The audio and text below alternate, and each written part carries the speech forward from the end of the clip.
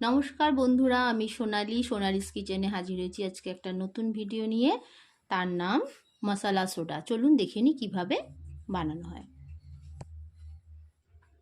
প্রথমে আমি এখানে একটা পাতিলেবুর রস দিয়ে দিচ্ছি, লেমন জুস। এইবারে আমি একে একে চাট মশলা, সামান্য পরিমাণে চাট মশলা দিচ্ছি, আর দিয়ে দেব সামান্য একটু বিট নুন দিয়ে দিচ্ছি, আর দিয়ে দেবো অল্প পরিমাণে জলজিরা পাউডার। এইবারে এখানে আমি একটা সুগার সিরাপ করে রেখেছি। এটা কিছুই নয়, 1 বাটি জল দিয়ে 1.5 বাটি চিনি দিয়ে এটাকে ফুটিয়ে আমি একটা সুগার সিরাপ তৈরি করে রেখেছি। এটা কিছু নয়, তাড়াহুড়ো যাতে না হয়, চিনি গুলতে তো খানিকক্ষণ সময় লাগে, ওই জন্য এটা এইভাবে করে রেখেছি। এবারে আমি কয়েকটা আইস কিউব এর মধ্যে দিয়ে দিচ্ছি।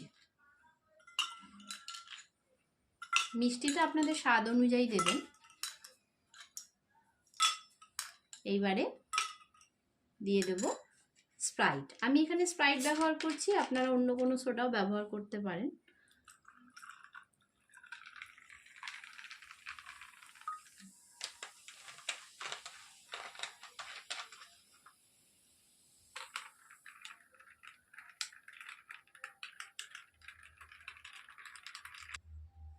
আমরা এই গরমের সময় বাড়িতে অতিথি এলে তো স্প্রাইট বা অন্য কোনো সোডা তো খেতে দিই।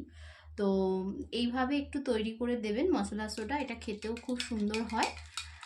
এইভাবেই তৈরি করা হয় এটা। এইভাবেই বাড়িতে তৈরি করবেন মশলা সোডা।